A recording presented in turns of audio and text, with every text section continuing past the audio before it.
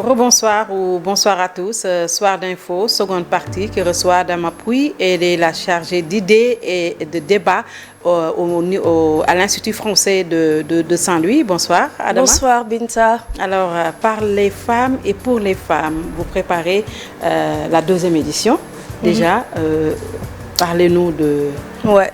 D'accord, merci de nous recevoir déjà sur ce plateau de la TFM pour parler un peu du programme que nous sommes en train de préparer qui s'appelle le Forum exclusivement féminin. Donc, c'en est à sa deuxième édition.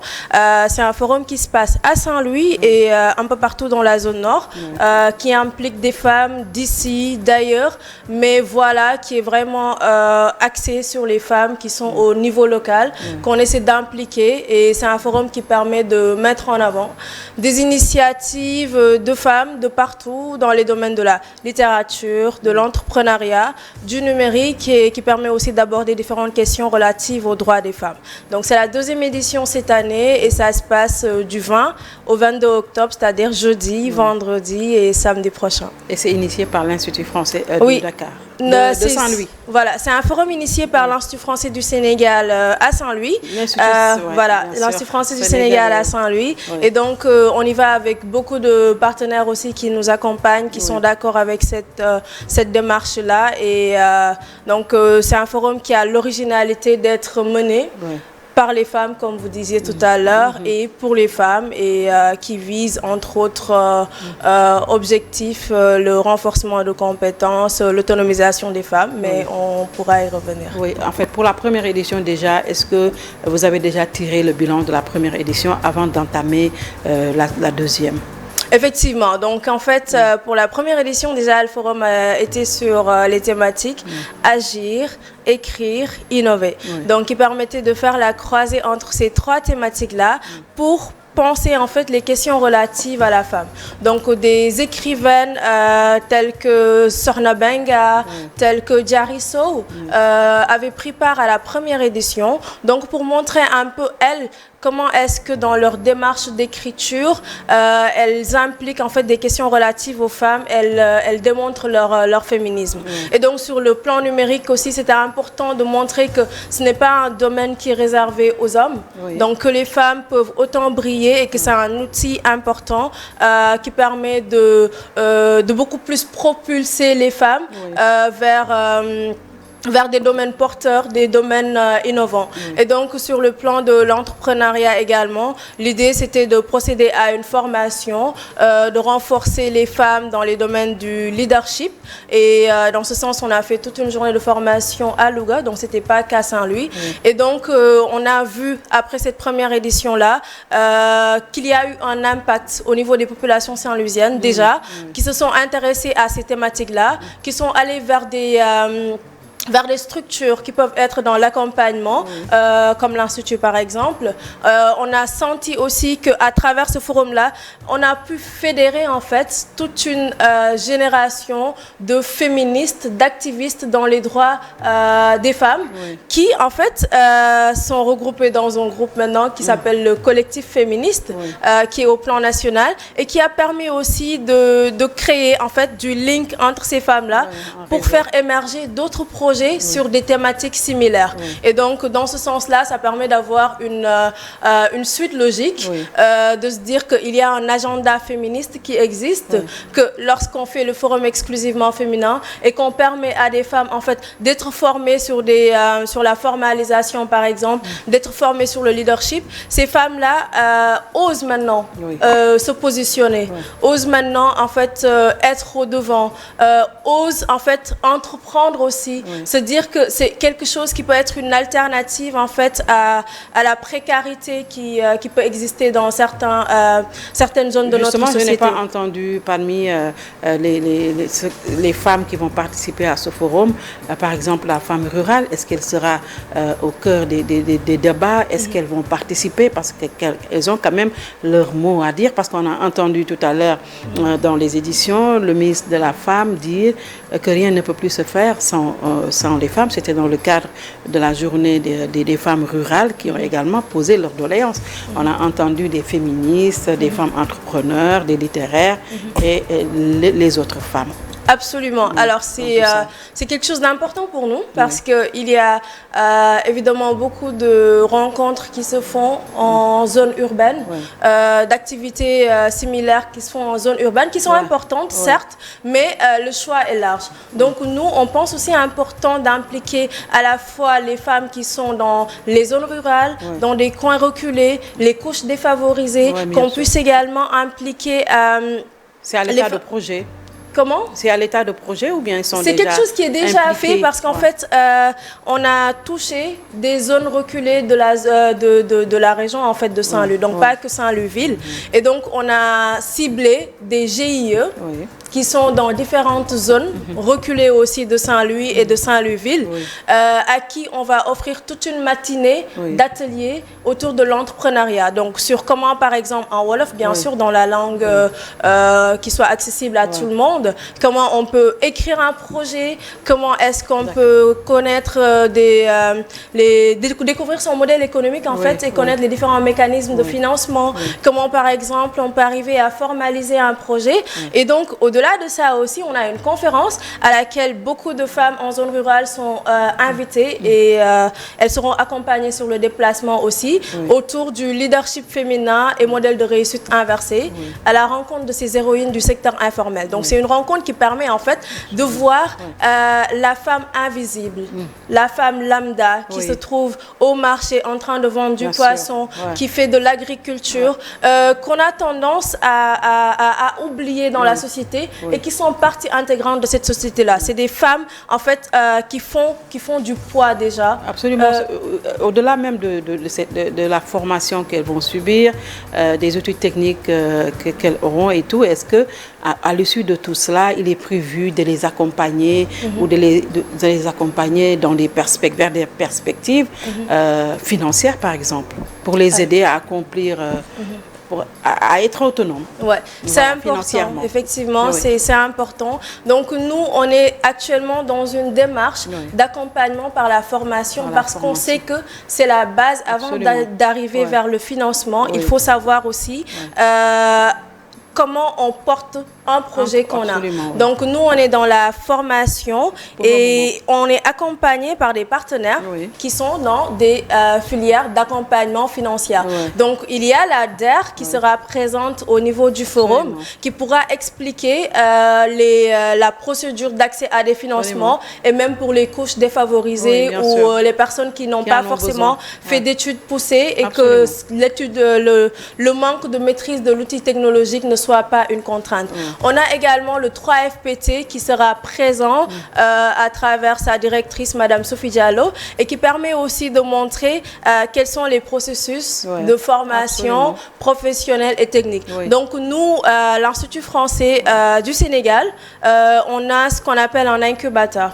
Donc, c'est un incubateur qui accompagne des entrepreneurs sur une période de 6 mois ou plus à partir de leur projet à de la phase d'idéation selon leur stade d'avancement jusqu'à en fait avoir en fait un projet structuré. Donc, on peut supposer que l'accompagnement aussi peut aller vers ça. C'est-à-dire que au-delà du forum, on ne s'arrête pas là. C'est une programmation continue.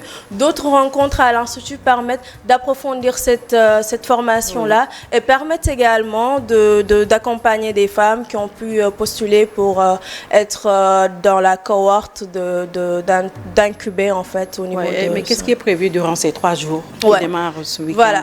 Donc, c'est un programme sur 3 jours. Il y a déjà le panel d'ouverture autour de la thématique défaire les codes, repenser l'équité, qui est la thématique du forum et donc qui permet aussi de se questionner en fait sur l'existant. C'est-à-dire que les femmes sont bien représentées dans la société, tout le monde dira, mais où est-ce qu'elles sont représentées? Est-ce que ces femmes sont dans les instances de décision? Est-ce que ces femmes-là, dans les codes existants, dans les projets de loi, ces femmes-là sont à part entière en fait prises en compte. Est-ce que tous les projets qui sont autour de ces femmes pour permettre éventuellement leur autonomisation, parce que c'est très à la mode, est-ce que tous ces projets-là prennent en compte elles.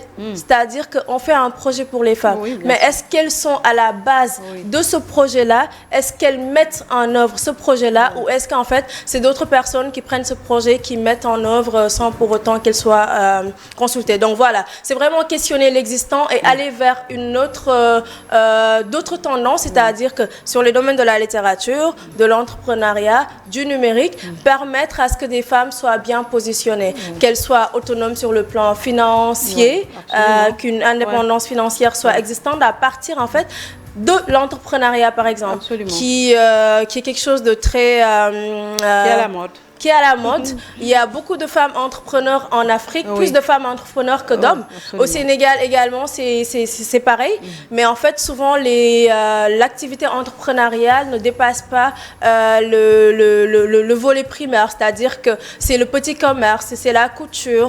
Donc, c'est important, c'est bien. Mais en fait, montrer qu'il y a une ambition supérieure. Se défaire de, voilà, ce stade-là où on se suffit de ce qui est.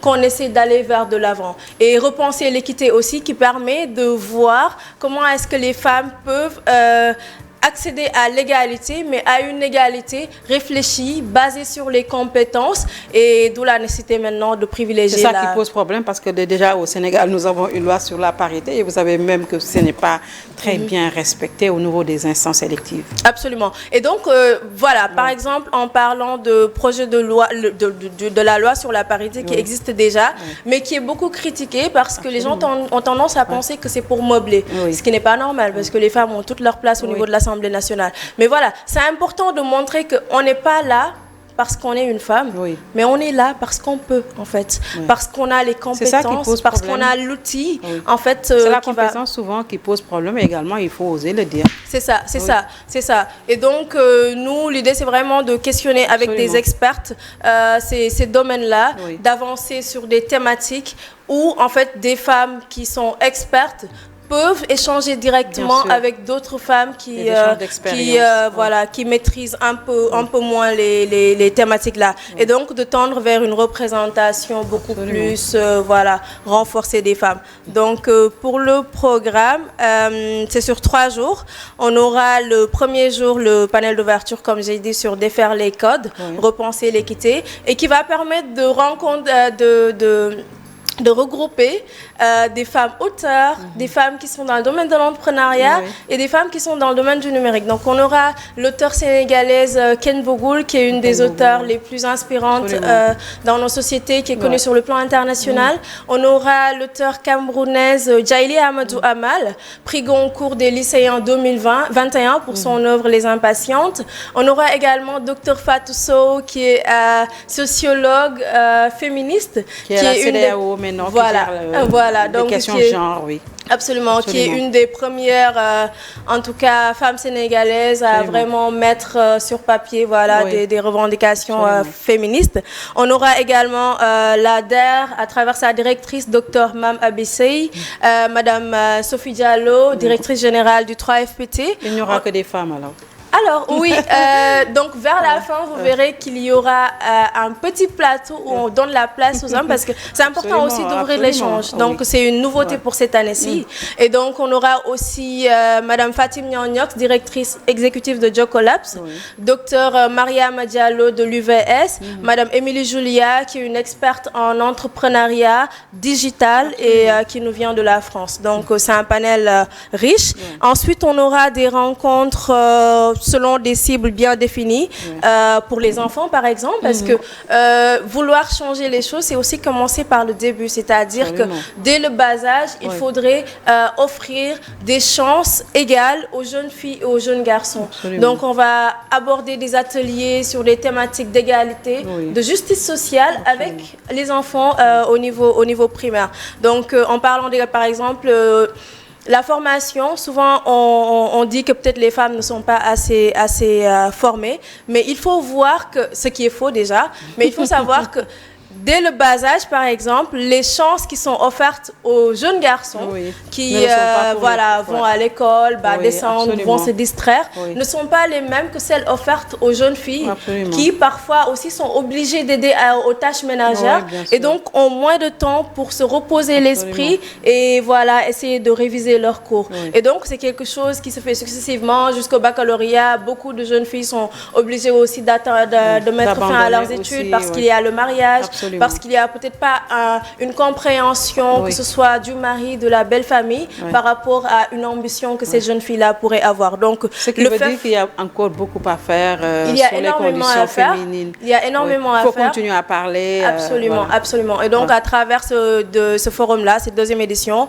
on va aborder des thématiques telles que le code de la famille dont je viens de parler, le leadership féminin. On va aborder aussi des thématiques relatives un peu à tout ce qui est écriture.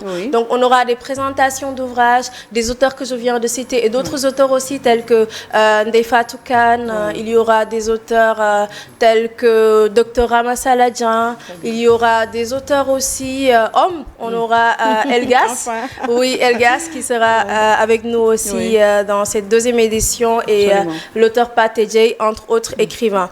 Donc on aura ça jeudi, le panel d'ouverture est prévu à l'ENO de l'Université virtuelle du Sénégal, qui est une université partenaire du forum, et le reste des activités sera fait au niveau de l'Institut. Et donc, dans l'après-midi, on abordera des questions relatives à la santé mentale pour les femmes, parce que le bien-être est important aussi. C'est-à-dire que les femmes, il ne faut pas s'oublier, il faut se dire, en fin de journée, mais qu'est-ce qui me fait plaisir ? J'ai envie de faire ce qui me fait plaisir. C'est ce qui fait en fait qu'on se réveille le lendemain, on est en pleine forme. Et donc, c'est des questions qu'on va aborder avec des psychologues, spécialistes, des docteurs, médecins, mais aussi des femmes dans le domaine du sport, dans le domaine de la culture, qui sont aussi des domaines à partir desquels les femmes peuvent être épanouies. Elles en ont besoin. C'est ça, c'est ça. Donc, on aura une rencontre aussi sur l'écriture comme outil de dénonciation, qui permet de mettre un zoom sur l'engagement littéraire des écrivaines francophones. Le jeudi après-midi, on aura également le vendredi matin une série d'ateliers d'écriture pour la littérature, d'ateliers sur l'entrepreneuriat, d'ateliers sur le numérique. Ensuite, on aura dans l'après-midi une conférence que je pense très importante qui sera faite en Wolof sur leadership féminin et modèle de réussite inversé à la rencontre de ces héroïnes du secteur informel vers des processus de formalisation avec beaucoup de femmes entrepreneurs de Saint-Louis, de Dakar qui vont partager leur expérience. Les étudiants aussi, parce qu'il y a l'Université Gaston Berger, ne sont pas oubliés. Il y aura un spécial UGB qui permettra aussi d'aborder la question des mères étudiantes, donc ce qui n'est pas forcément évident dans nos sociétés. Et de faire un atelier de self-défense pour essayer de les outiller un peu par rapport à l'insécurité qui peut sévir. Et donc ça ramène à la question des violences, des agressions et tout, qui sont aussi une malheureuse situation à laquelle absolument. Donc c'est justement par rapport à ce cas-là, on essaie de s'impliquer des thématiques pour pouvoir proposer quelque chose dont les populations ont besoin. Donc c'est à partir de ça qu'il y a eu qu'on fera cette rencontre-là. Il y aura du cinéma aussi, il y aura un vernissage. Et donc on va finir en beauté le samedi avec des rencontres littéraires le matin, un débat l'après-midi et qui va porter sur les stratégies efficientes et alliées potentielles pour une société égalitaire et donc qui est le seul panel mixte. Une société égalitaire, waouh. Voilà. Aller vers une société égalitaire en se disant que les mêmes chances... Il n'est pas permis d'être optimiste quand même. Hein? On peut arriver à ça. Oui. Je pense que ce n'est même pas une question d'optimisme. Ça devrait être une question essentielle d'humanisme, en fait. De se dire que on est en fait, tous des êtres humains. Femmes comme hommes, on ne devrait pas avoir des discriminations qui soient basées sur le genre. On ne devrait pas, au niveau professionnel, arriver à un plafond de verre pour les femmes, par exemple, qu'il y ait un stade que les femmes ne dépassent pas. Alors, les exemples que j'ai cités tout à l'heure qui seront là... Il y aura des barrières à franchir. Absolument. Dans un pays comme le Sénégal, aussi conservateur, les barrières culturelles, vous savez très bien que ça constitue des obstacles. Il faut essayer de les franchir petit à petit. Absolument. Et donc, c'est à partir de l'échange, du débat, de discussion, de cadre de réflexion. Absolument. Je pense qu'on peut arriver parce que nous, on essaie de prendre en compte en fait les réalités sociales parce qu'il ne faut pas les nier, les réalités culturelles et à partir de ces réalités-là, construire un idéal de société qui convienne à la fois aux femmes, aux hommes, aux enfants. À tout le monde. Alors, l'Institut, ça vit bien au niveau de Saint-Louis, l'Institut français? Oui, je pense que ça vit bien. Les Saint-Louisiens pourront nous dire. Mais voilà, on essaie de s'impliquer dans la vie active, dans la vie culturelle, dans la vie intellectuelle aussi. Donc, on a une programmation annuelle de débats d'idées, de programmation culturelle avec des concerts. D'ailleurs, il y aura un concert durant le forum avec l'orchestre Jigeni, avec des spectacles, théâtre, danse. Et donc, les acteurs culturels, en tout cas, je pense, se retrouvent très bien à l'Institut. On a également une résidence pour artistes, chercheurs, qui s'appelle la Villa Saint-Louis d'Art, qui offre aussi un cadre de création à ces derniers. On a également l'incubateur dont j'ai parlé tout à l'heure. Et donc, à travers les rencontres qu'on fait, on s'implique sur la formation, au-delà des femmes aussi, des jeunes filles. Sur les filières scientifiques, on a des programmes tels que Scientifie, qui permet de promouvoir en fait les filières scientifiques auprès des jeunes filles. Des rencontres sur les enfants sans état civil qu'on en aura sous peu. Des rencontres sur les thématiques environnementales. Des rencontres qui sont parfois internationales telles que la Nuit des idées, des rencontres sur des thématiques relatives à l'économie. Donc c'est très diversifié. On essaie vraiment de toucher le maximum de thématiques qui peuvent être pertinentes pour les populations qui sont à Saint-Louis, mais pas que parce qu'on couvre toute la zone nord. Et il en est de même pour l'Institut français à Dakar aussi, qui fait une offre comme ça. Et pour les alliances françaises, que ce soit à Kaolack ou à Ziguinchor. Très bien. Merci. Je vais juste finir par remercier nos partenaires qui nous accompagnent sur ce forum parce que c'est un projet ambitieux que nous n'aurions peut-être pas pu faire sans l'aide de ces derniers. Je vais remercier l'UVS, l'Université virtuelle du Sénégal, qui nous accompagne sur le plan technique, le ministère de la Culture qui nous accompagne aussi avec la direction du livre, remercier la mairie de Saint-Louis, ONU Femmes, remercier la DER, le 3FPT, remercier la coopération allemande GIZ, Jocolabs Up Nord, l'université Gaston Berger, remercier Ma Féminité qui est un incubateur pour femmes, remercier Kerou Jigeni aussi qui sont partenaires, le centre culturel Le Château, le Bouel Mogdad, remercier aussi des partenaires internationaux parce qu'il y a des universités qui accompagnent des intervenantes. On a des intervenantes qui viennent de France, du Royaume-Uni, de l'Angleterre, voilà, qui sont aussi parfois accompagnées par leur structure. Et donc, toutes ces personnes-là, toutes ces institutions-là ont mis la main à la pâte pour qu'on puisse tendre vers ce forum, cette deuxième édition qui aura lieu à Saint-Louis, le 20, 21 et 22 octobre, c'est-à-dire jeudi, vendredi et samedi. Merci Adama pour Merci beaucoup Binta, ça a été un plaisir. Plaisir partagé. Je rappelle que vous êtes la chargée d'idées et de débats au niveau du Centre culturel français à Saint-Louis. Merci d'avoir suivi. Bien le bonsoir.